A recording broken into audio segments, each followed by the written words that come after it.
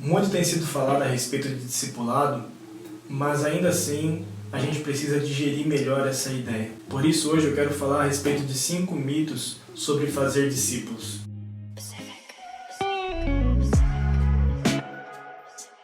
Na famosa passagem de Mateus 28, nós vemos Jesus comissionando seus discípulos para fazerem missão e assim então fazerem novos discípulos. Jesus disse que toda a autoridade foi dada a ele e por isso os discípulos deveriam ir e fazer novos discípulos, batizando-os em nome do Pai, do Filho e do Espírito Santo e ensinando todos a guardar aquilo que ele havia ensinado e ele estaria com todos eles até o final. Nós ouvimos essa passagem, nós conhecemos essa história muito bem, mas muito provavelmente você tenha dificuldade em aplicá-la na sua vida. Muito provavelmente você tenha dificuldade em fazer novos discípulos. E por isso nós temos alguns mitos a respeito de fazer discípulos que nos atrapalham nessa prática. O primeiro mito a respeito de fazer discípulos está relacionado a simplesmente acontecerá.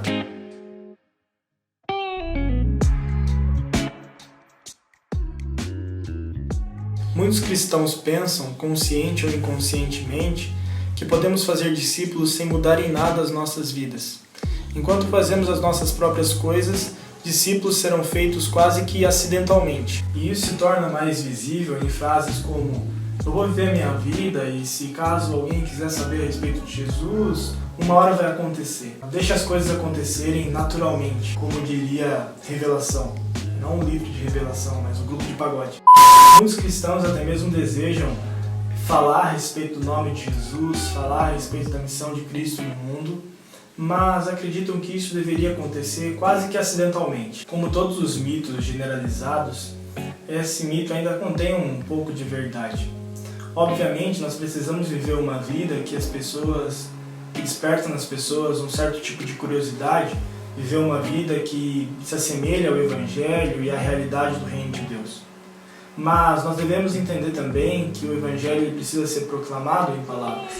Nós precisamos viver uma vida em que as pessoas não apenas vejam as verdades do Reino, mas também escutem as verdades do Reino.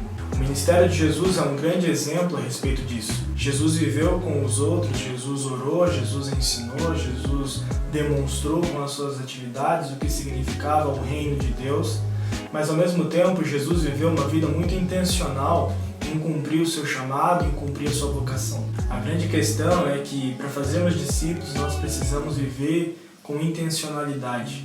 Nós precisamos não apenas crer que as coisas uma hora vão acontecer, mas crer que Deus ele pode fazer coisas incríveis a qualquer momento quando nós estamos dispostos a sermos usados por Ele. Por isso, é muito importante entender que fazer discípulos não tem a ver com deixar acontecer naturalmente, mas sermos intencionais a todo instante. O segundo mito a respeito do discipulado, trazer pessoas para a igreja. O mais interessante da grande comissão é que a ordem não está em convidar pessoas para virem para a igreja ou convertermos pessoas. Em vez disso, nós devemos fazer discípulos. Uma atitude que requer muito mais envolvimento e profundidade. Não que seja proibido convidar alguém para frequentar uma igreja ou ir participar de algum evento da igreja, nada disso, pelo contrário. Entretanto, não podemos confundir as coisas, confundir o frequentar uma igreja com o ser um discípulo de Jesus. Se você quiser saber mais a respeito de discipulado e o que de fato significa ser um discípulo de Jesus, o próximo vídeo será uma entrevista com Bill Hull, que é um especialista em discipulado, escreveu vários livros a respeito disso, e você pode se inscrever no canal para receber mais informações quando esse vídeo sair. A diferença entre fazer membro de igreja e fazer discípulo de Jesus é crucial. Os membros de igreja eles acabam mudando de religião, e o discípulo de Jesus ele muda de senhor, ele muda de mestre. Os membros de igreja seguem um sistema, os discípulos de Jesus seguem uma pessoa. Os membros de igreja constroem uma cristandade, os discípulos de Jesus constroem o reino de Deus. Os membros de igreja adotam rituais e tradições. Os discípulos de Jesus adotam transformação de caráter. Os membros de igreja adotam rituais e tradições. Os discípulos de Jesus adotam transformação pelo Evangelho. Os membros de igreja observam a grande comissão apenas como uma fórmula de batizar e fazer com que a igreja cresça, como uma fórmula de crescimento de igreja, só isso. Os discípulos de Jesus observam essa ordenança como um meio de transformação do mundo e reconciliação com o Criador. Os membros de igreja observam tudo numa perspectiva mais superficial, mas os discípulos de Jesus estão atentos a observar o mundo e aquilo que Deus está fazendo no mundo numa perspectiva mais profunda. Por isso, esse segundo mito nos leva a pensarmos: será que estamos fazendo um membro de uma nossa igreja, estamos fazendo a nossa igreja crescer, ou estamos vivendo de fato discipulado daquilo que Deus deseja fazer no mundo, a transformação que Deus deseja gerar e produzir na vida de homens e mulheres na história? O terceiro mito que nos atrapalha ao fazermos discípulos é o seguinte: quando eu estiver pronto, capaz, eu começarei a fazer novos discípulos. Talvez você já tenha dado essa desculpa várias e várias vezes. A desculpa é que talvez você precise receber um treinamento, que você precise fazer um seminário, que você precisa desenvolver um pouco mais as suas técnicas, as suas abordagens, para aí então você começar a pensar na possibilidade de fazer novos discípulos. A maioria dos discípulos de Jesus pensam dessa forma. Eu acredito que Jesus sabia muito bem a gravidade dessa recomendação de fazer novos discípulos e a dificuldade que isso poderia gerar. Por isso Jesus chamou discípulos iletrados, de classe média, baixa, pessoas que não tinham talvez uma boa comunicação, mas ao mesmo tempo Jesus resolveu usar essas pessoas para nos mostrar que de fato era possível fazer novos discípulos. E por essa razão, quando nós olhamos para a grande comissão, nós vamos ver primeiro Jesus nos dando uma autoridade que foi comprada por ele na cruz e na ressurreição. Jesus vai dizer que toda autoridade foi dada a ele nos céus e na terra. Portanto, vão e façam discípulos.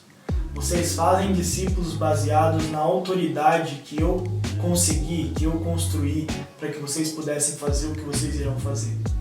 A segunda questão que me incentiva a fazer discípulos é que Jesus diz no final dessa grande comissão que Ele estará com a gente até o final. E eu estarei com vocês, a minha presença estará com vocês. E isso certifica, isso nos dá a garantia de que podemos de fato fazer novos discípulos. Portanto, acreditarmos que precisamos estarmos mais capacitados para fazermos discípulos é desconfiarmos primeiro da autoridade de Cristo sobre todas as coisas e segundo, a respeito da presença de Cristo em nos ajudar a fazer discípulos. Pense a respeito disso. Pense que talvez você não tenha que estar tão capacitado quanto você imagina. Você apenas precisa tomar consciência da autoridade que Cristo conquistou e ao mesmo tempo a respeito da presença dele em sua vida. O quarto mito que às vezes a gente acredita e nos atrapalha em fazermos discípulos é que fazer discípulos não é uma ordem, mas é um conselho.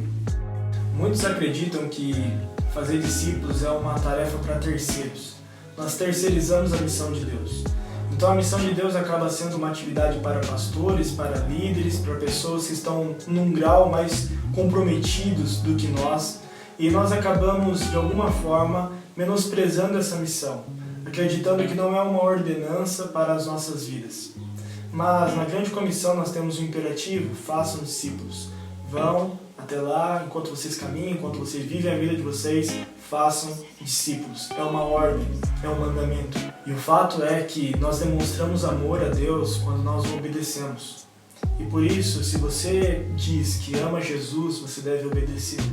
E se você deseja obedecê-lo, desta forma você demonstrará o seu amor por ele. Assim, quando nós cumprimos a grande comissão, nós estamos demonstrando nosso amor a Deus, nosso amor a Jesus, em reconhecer que aquilo que Ele fez por nós na cruz foi suficiente para reestruturar o mundo e colocar todas as coisas em ordem.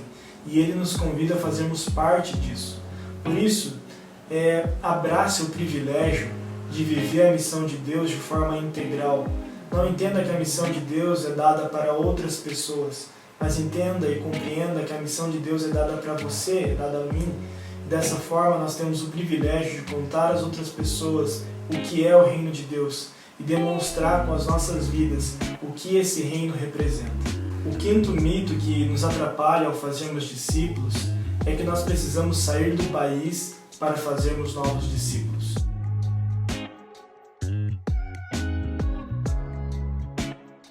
Esse mito afirma que quando nós cruzamos as fronteiras, nós estamos aptos para fazermos novos discípulos. Quando nós colocamos as mochilas nas costas, pegamos um passaporte e vamos para terras inóspitas, nós estamos aprovados e nós estamos em solo fértil para fazermos novos discípulos. Por isso nós precisamos entender que no século XXI nós não precisamos sair da nossa região, do nosso bairro, para encontrarmos diferentes culturas. Cada pessoa é influenciada por uma cultura local, mas também por uma cultura global. E dessa forma nós precisamos fazer com que o Evangelho seja compreendido nas diversas camadas da sociedade. Por isso, o seu desafio é fazer discípulo onde Jesus te colocou, no lugar onde Ele deseja que você esteja inserido todos os dias. Agradeço você por ter nos acompanhado até aqui, por ter acompanhado esse vídeo. Espero que você possa pensar a respeito dessas ideias. Se você deseja saber um pouco mais a respeito da missão de Deus no mundo, se inscreva nesse canal e assista alguns vídeos que eu já publiquei aqui. Beleza? Valeu, é nóis!